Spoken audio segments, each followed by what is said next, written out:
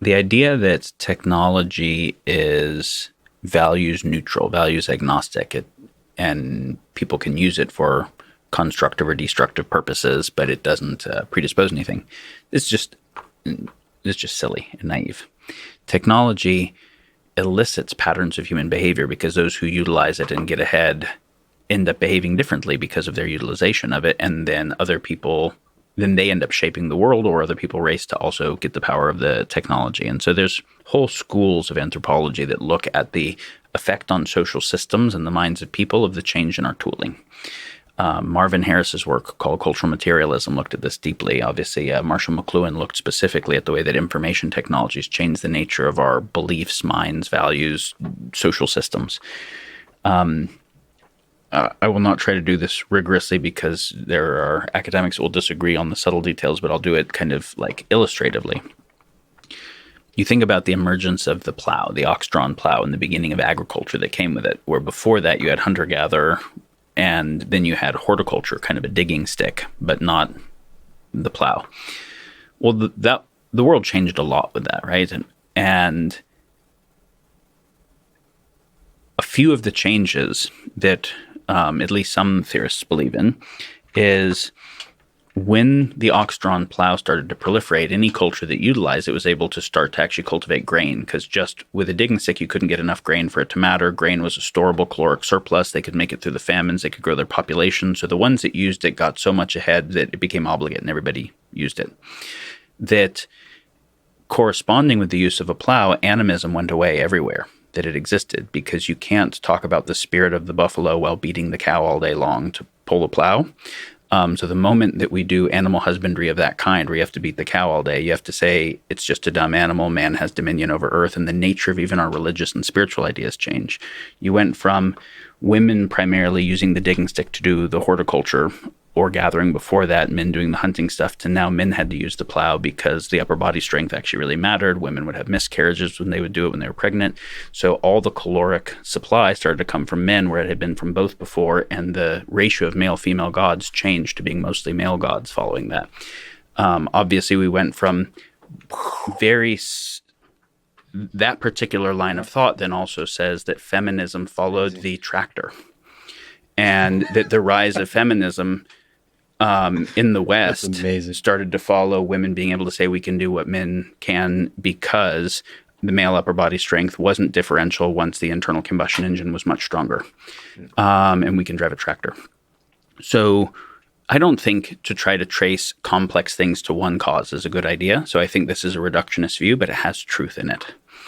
And so the idea that technology is values agnostic is silly.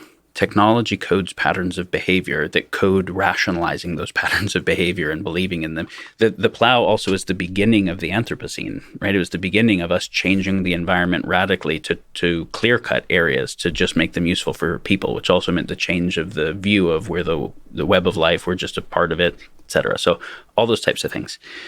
So that's brilliantly put. But by the way, that was just brilliant. But the question is, it's not agnostic, but... So we have to look at what the psychological effects of specific tech applied certain ways are, and be able to say, it's not just doing the first order thing you intended. It's doing, like, the effect on patriarchy and animism and the end of tribal culture and the beginning of empire and the class systems that came with that. We can go on and on about what the plow did.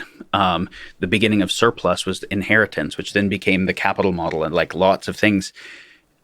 So we have to say, when we're looking at the tech, what are the values built into the way the tech is being built that are not obvious?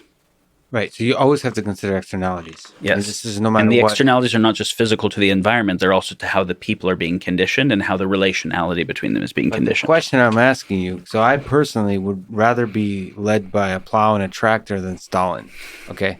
That's the question I'm asking you. Is in creating an emergent government where there's a democracy that's dynamic, that makes choices, that does governance at like a very kind of liquid, like there's a bunch of fine resolution layers of abstraction of governance happening at all scales.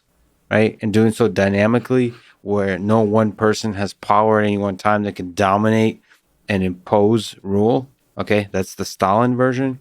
I'm saying, isn't the alternative that's emergent empowered or made possible by the plow and the tractor, which is the modern version of that, is like the internet, the digital space where we can, the monetary system where you have the cryptocurrency and so on, but you have, much more importantly to me at least, is just basic social interaction, the mechanisms of human transacting with each other in the space of ideas.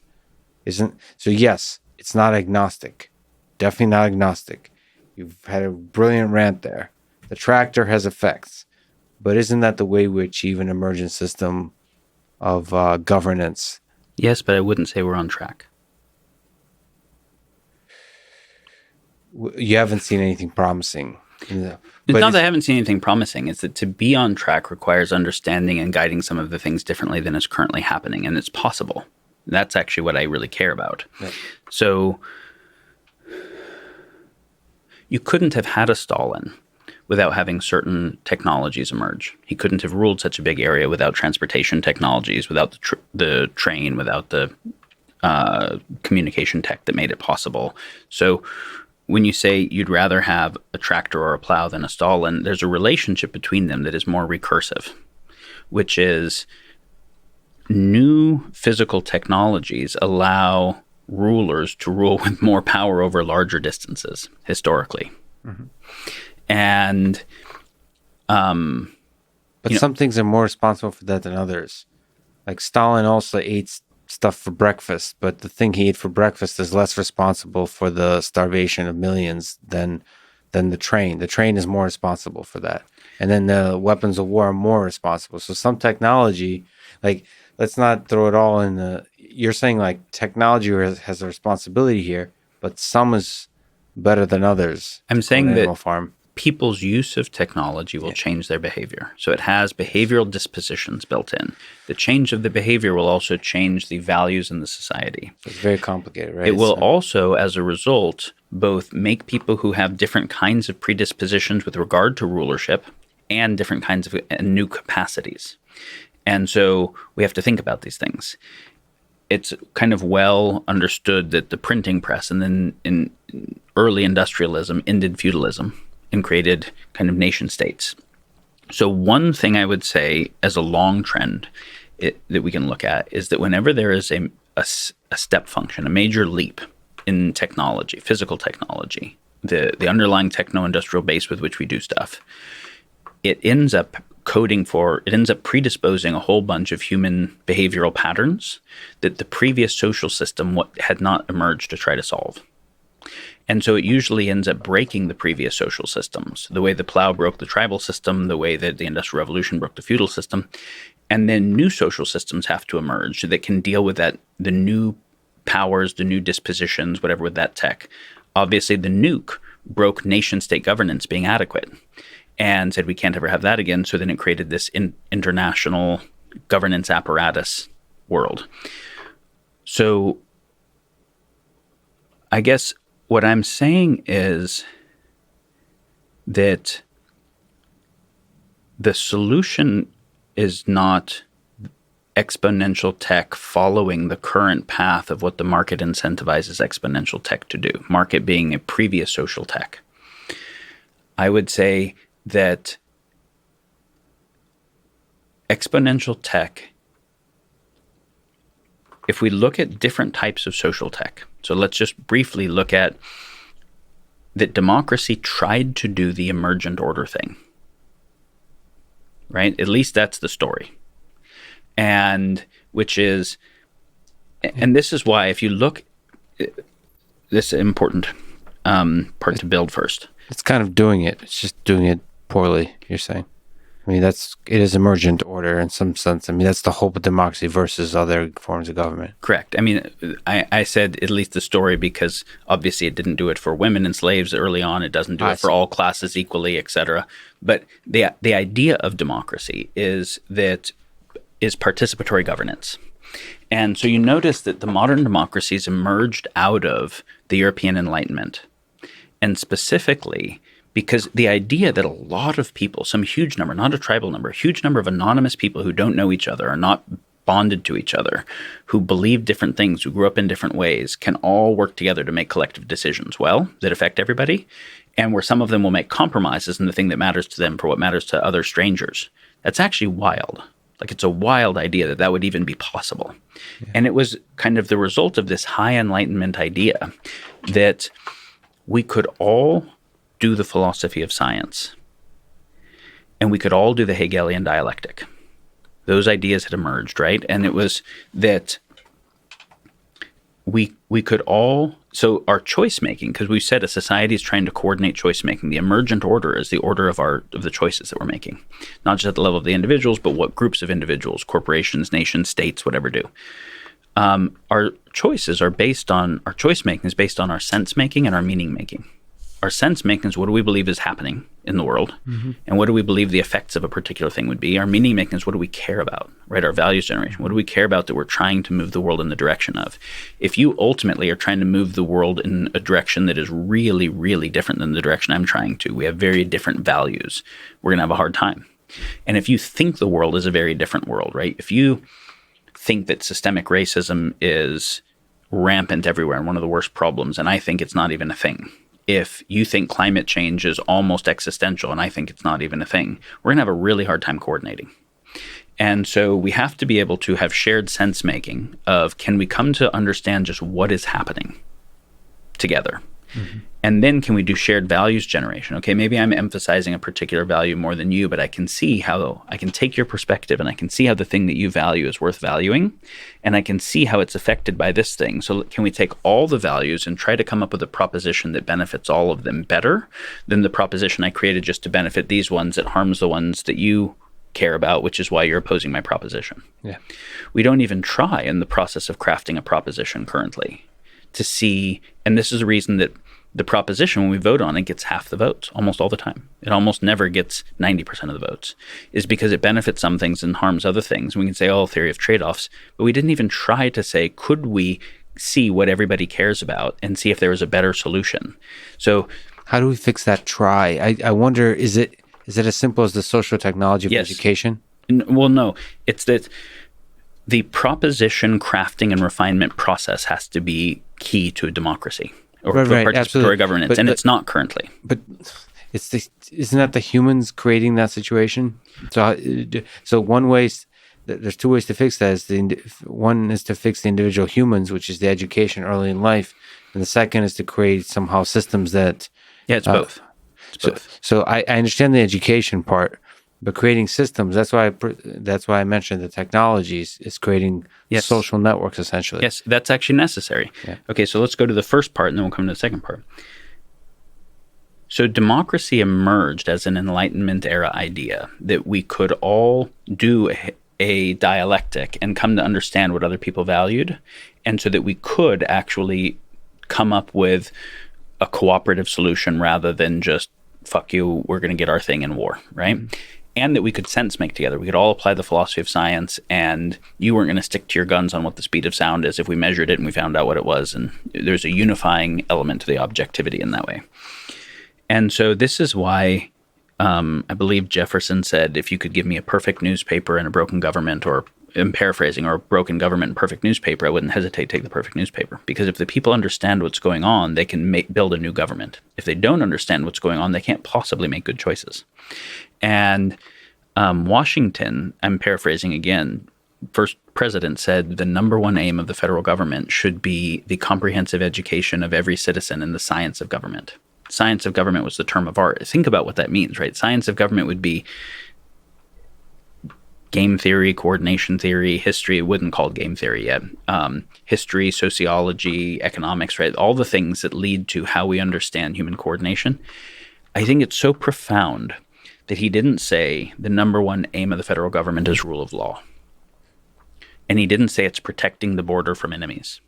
Because if the number one aim was to protect the border from enemies, it could do that as a military dictatorship quite effectively. And if the goal was rule of law, it could do it as a dictatorship, as a police state. And so if the number one goal is anything other than the comprehensive education of all the citizens in the science of government, it won't stay a democracy long.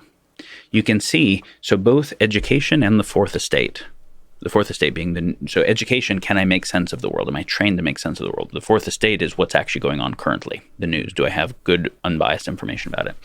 Those are both considered prerequisite institutions for democracy to even be a possibility. Yeah. And then at the scale it was initially suggested here, the town hall was the key phenomena where there wasn't a special interest group crafted a proposition, and the first thing I ever saw was the proposition, didn't know anything about it, and I got to vote yes or no. It was in the town hall. We all got to talk about it, and the proposition could get crafted in real time through the conversation, which is why there was that founding father statement that voting is the death of democracy. Voting fundamentally is polarizing the population in some kind of sublimated war. And we'll do that as the last step. But what we want to do first is to say, how does the thing that you care about that seems damaged by this proposition, how could that turn into a solution to make this proposition better? Where this proposition still tends to the thing it's trying to tend to and tends to that better. Can we work on this together? And in a town hall, we could have that.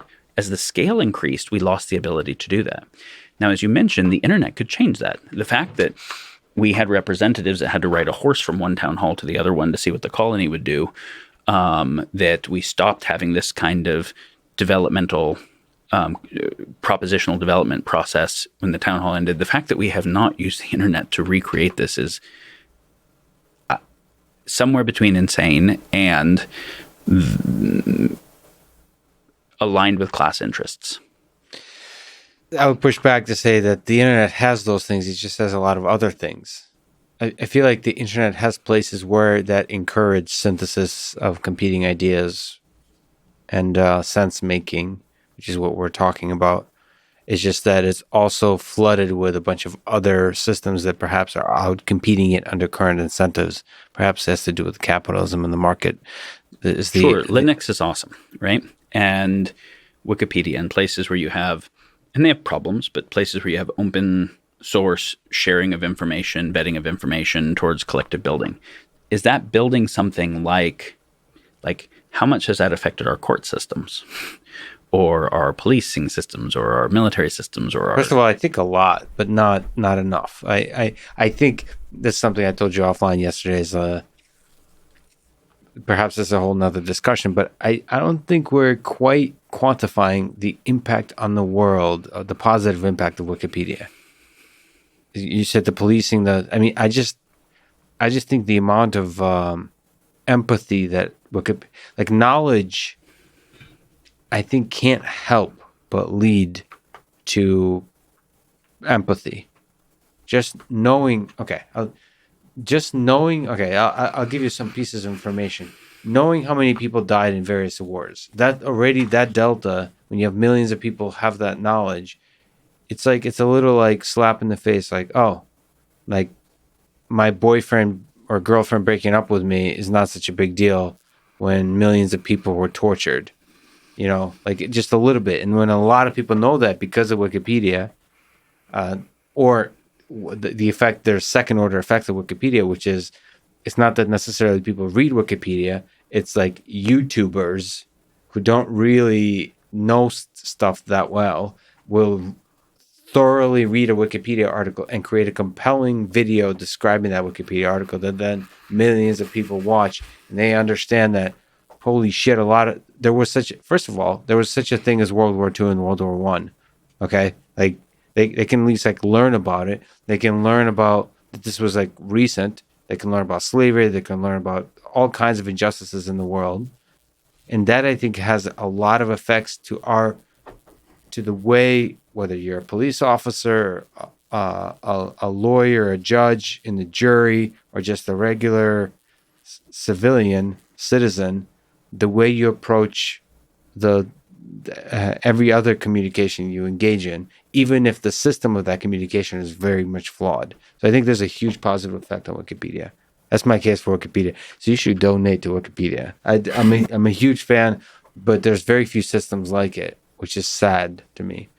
So I think it would be a useful exercise for any listener of the show to really try to run the dialectical synthesis process with regard to a topic like this, and take the techno-concern perspective with regard to information tech that folks like Tristan Harris take and say, what are all of the things that are getting worse? And are any of them following an exponential curve, and how much worse, how quickly could that be? And do that fully without mitigating it. Then take the techno-optimist perspective and see what things are getting better in a way that Kurzweil or Diamandis or someone might do. And try to take that perspective fully and say, are some of those things exponential? What could that portend? And then try to hold all that at the same time. And I think there are ways in which, depending upon the metrics we're looking at, things are getting worse on exponential curves and better on exponential curves for different metrics at the same time, which I hold as the destabilization of previous system. And either an emergence to a better system or a collapse to a lower order are both possible. And so I want my optimism not to be about my assessment. I want my assessment to be just as fucking clear as it can be. I want my optimism to be what inspires the solution process on that clear assessment. So I never want to apply optimism in the sense making, right? I want to just try to be clear. If anything, I want to make sure that the challenges are really well understood. But that's in service of an optimism that there are good potentials, even if I don't know what they are, that are worth seeking, right? There is some sense of optimism that's required to even try to innovate really hard problems. Mm-hmm.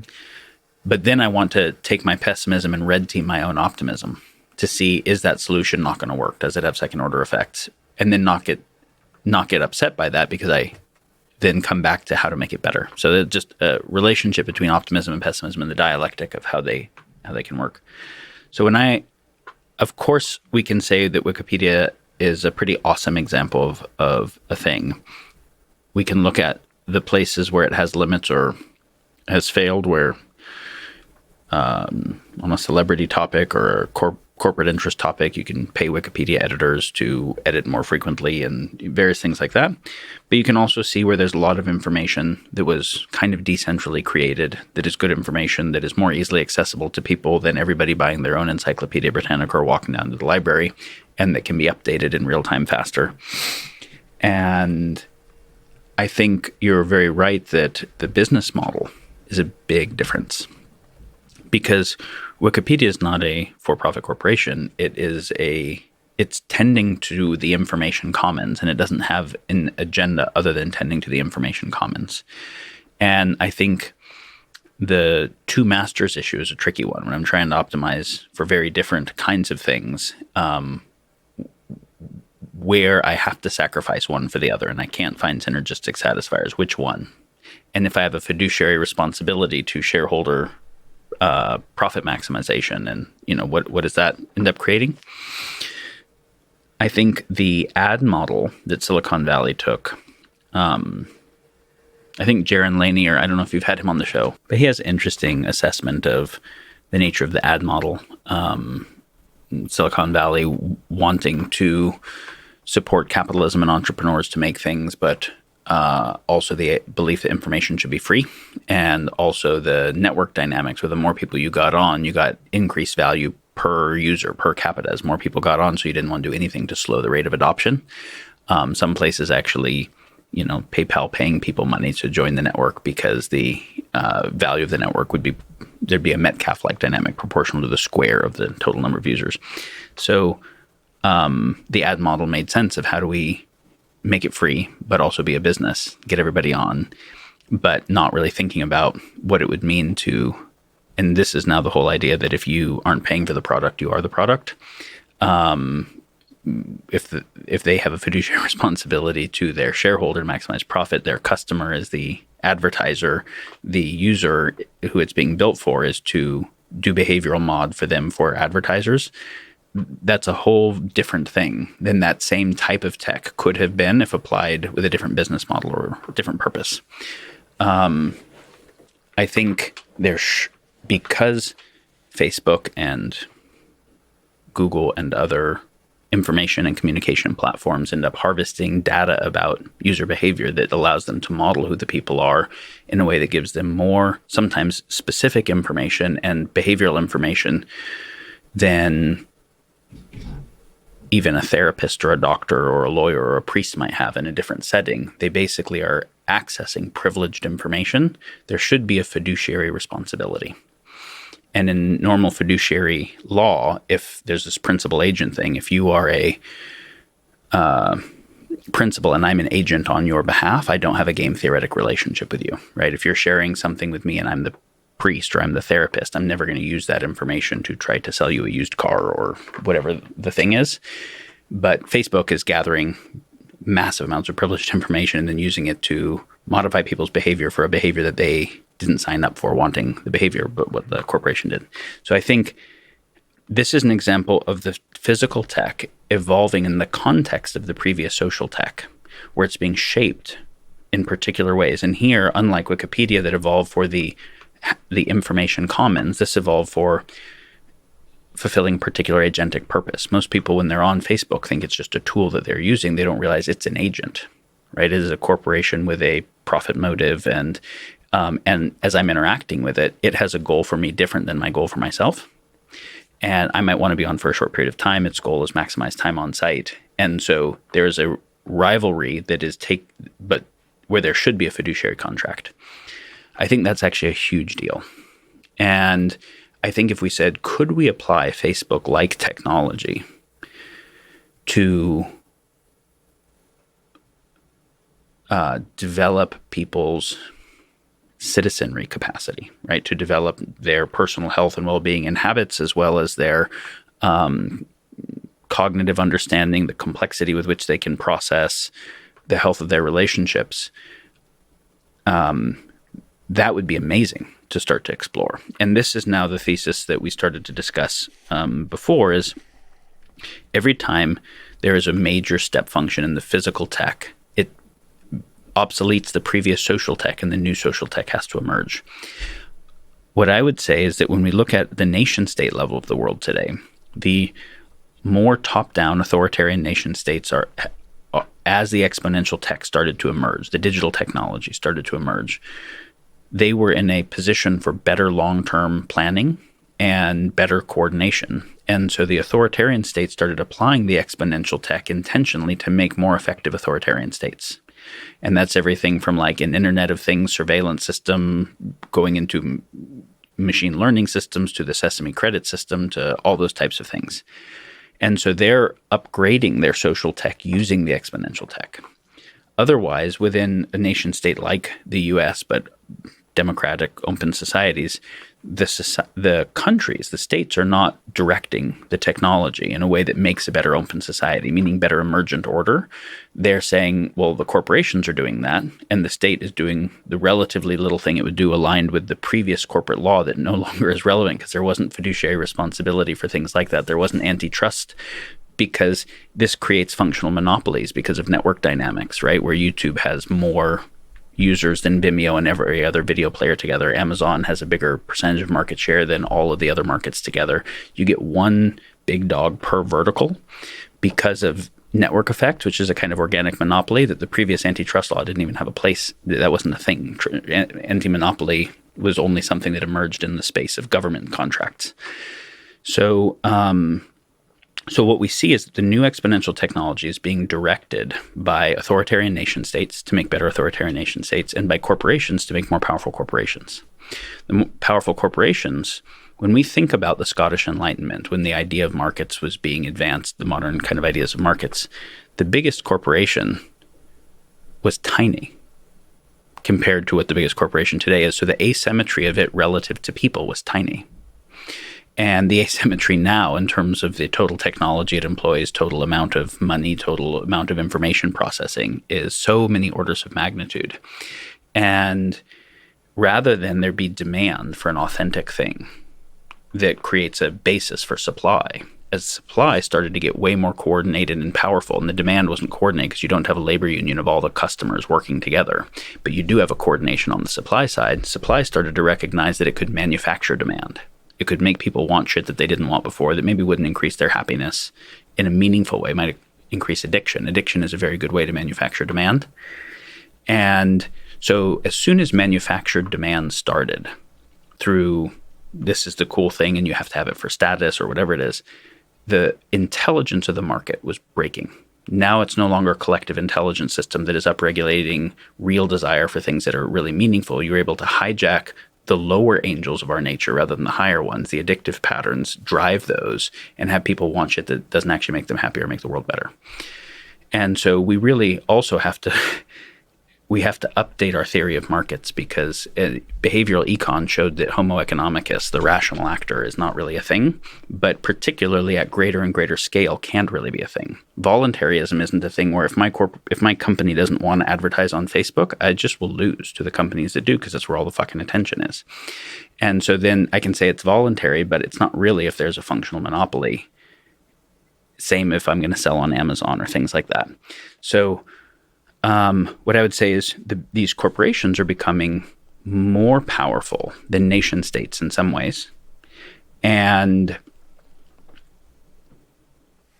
they are also debasing the integrity of the nation states, the open societies. So the democracies are getting weaker as a result of exponential tech. And the kind of new tech companies that are kind of a new feudalism, tech feudalism, because it's not a democracy inside of a tech company or the supply and demand relationship. When you have manufactured demand and kind of monopoly type functions. And so we have basically a new feudalism controlling exponential tech and authoritarian nation states controlling it. And those attractors are both shitty. And so I'm interested in the application of exponential tech to making better social tech that makes emergent order possible. And where then that emergent order can bind and direct the exponential tech in fundamentally healthy, not X-risk oriented directions. I think the relationship of social tech and physical tech can make it. I think we can actually use the physical tech to make better social tech, but it's not given that we do. If we don't make better social tech, then I think the physical tech empowers really shitty social tech that is not a world that we want. I don't know if it's a road we want to go down, but I tend to believe that the market will create exactly the thing you're talking about, which I feel like there's a lot of money to be made in creating a social tech that creates a better citizen, that creates a better human being. Your description of Facebook and so on, which is a system that creates addiction, which manufactures demand, is not obviously inherently the consequence of the markets. Like, I feel like that's the first stage of us, like baby deer, trying to figure out how to use the internet.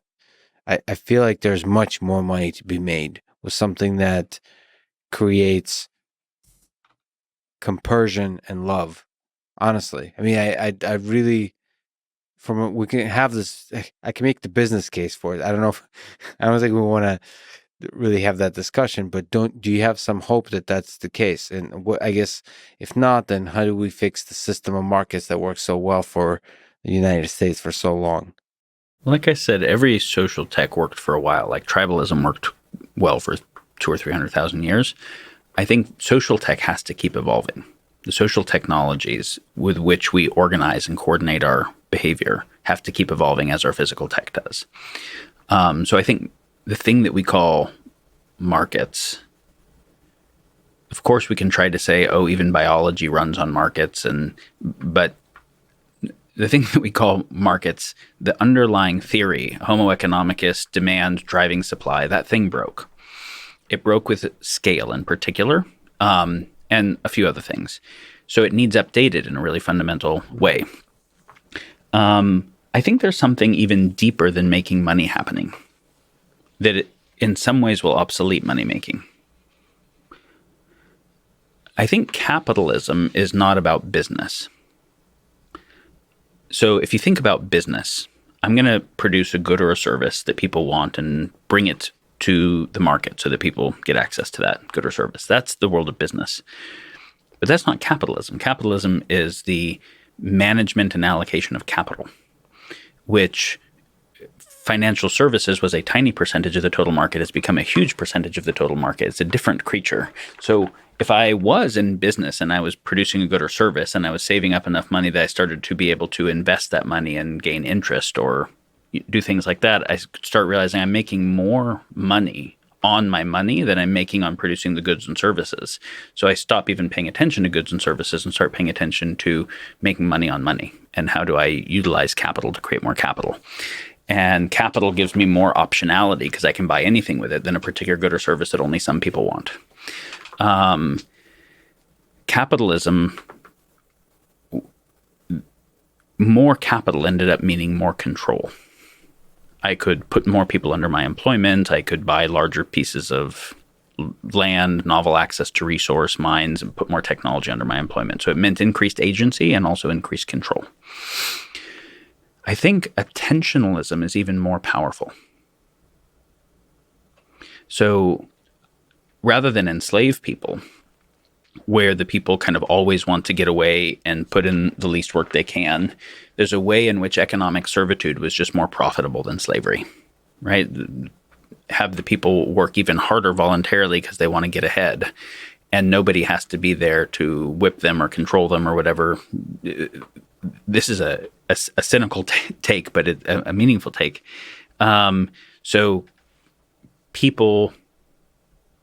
So capital ends up being a way to influence human behavior, right? Mm-hmm. And yet, where people still feel free in some meaningful way, they're not feeling like they're going to be punished by the state if they don't do something. It's like punished by the market via homelessness or something. But the market is this invisible thing I can't put an agent on, so it feels like free.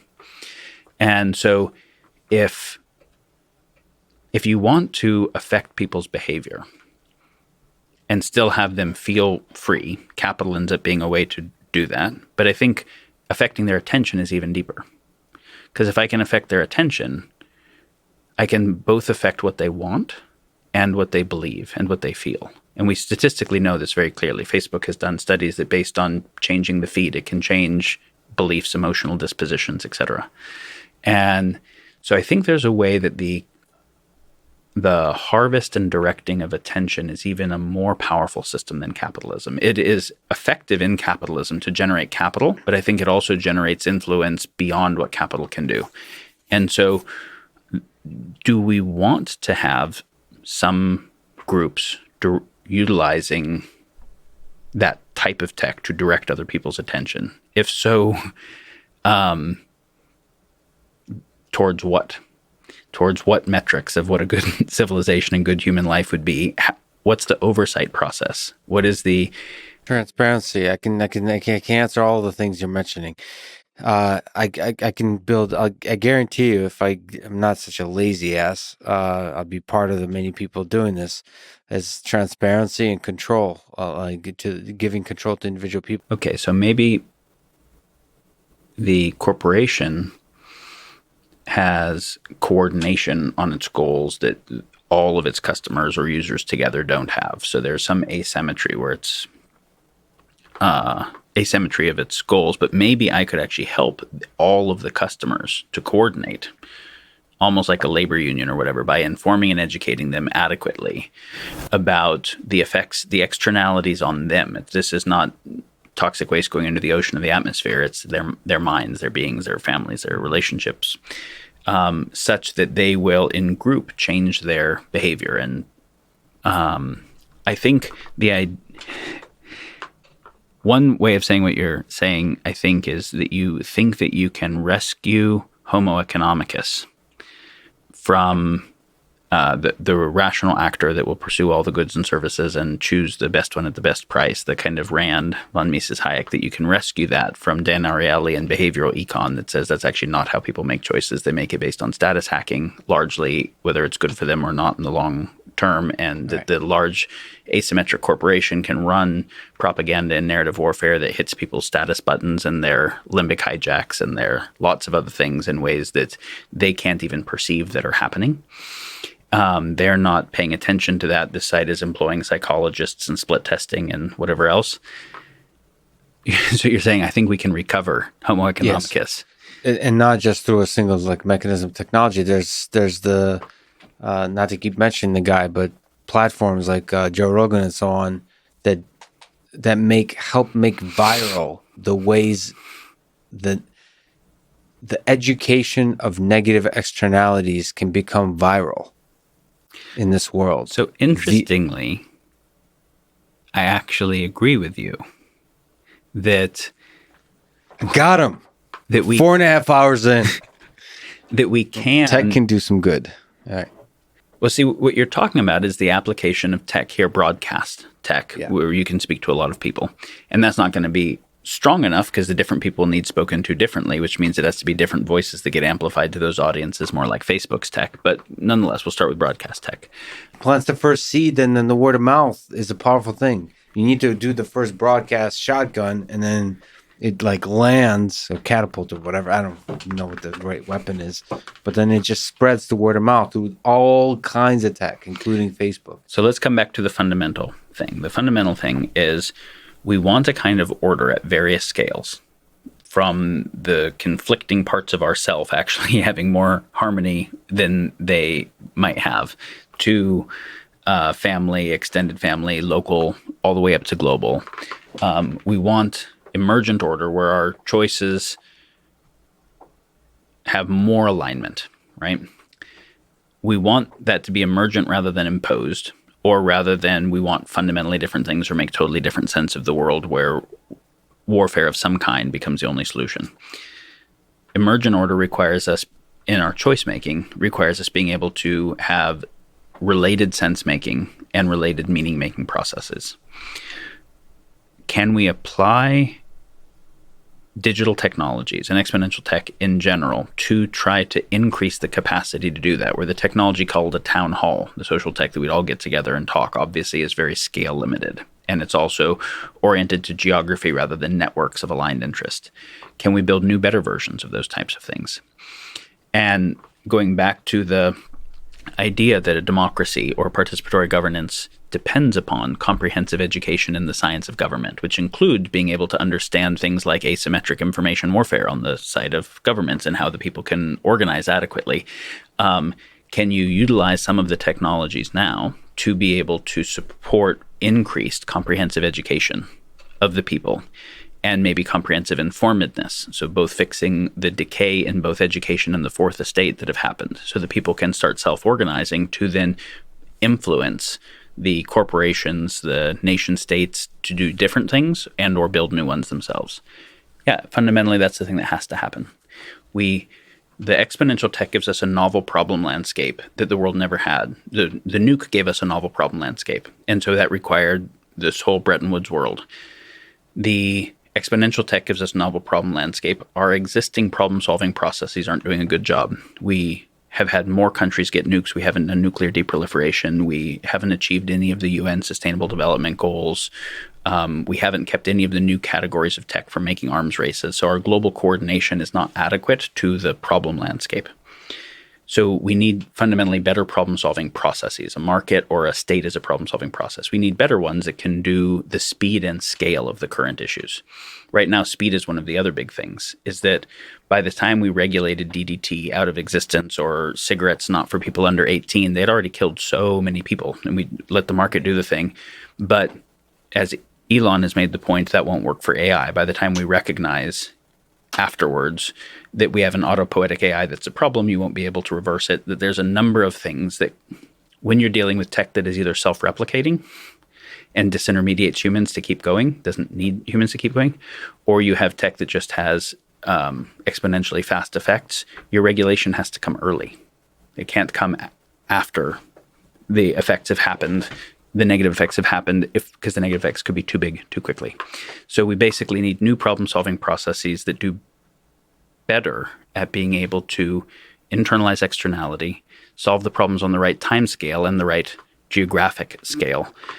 And those new processes, to not be imposed, have to emerge from people wanting them and being able to participate in their development, which is what I would call kind of a new cultural enlightenment or renaissance that has to happen, where people start understanding the new power that exponential tech offers, the way that it is actually damaging current governance structures that we care about and creating an X-risk landscape, but could also be redirected towards more protopic purposes.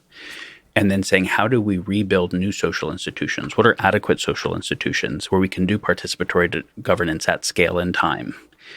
And how can the people actually participate to build those things? The solution that I see working requires a process like that. And the result maximizes love. So again, Elon may be right that love is the answer.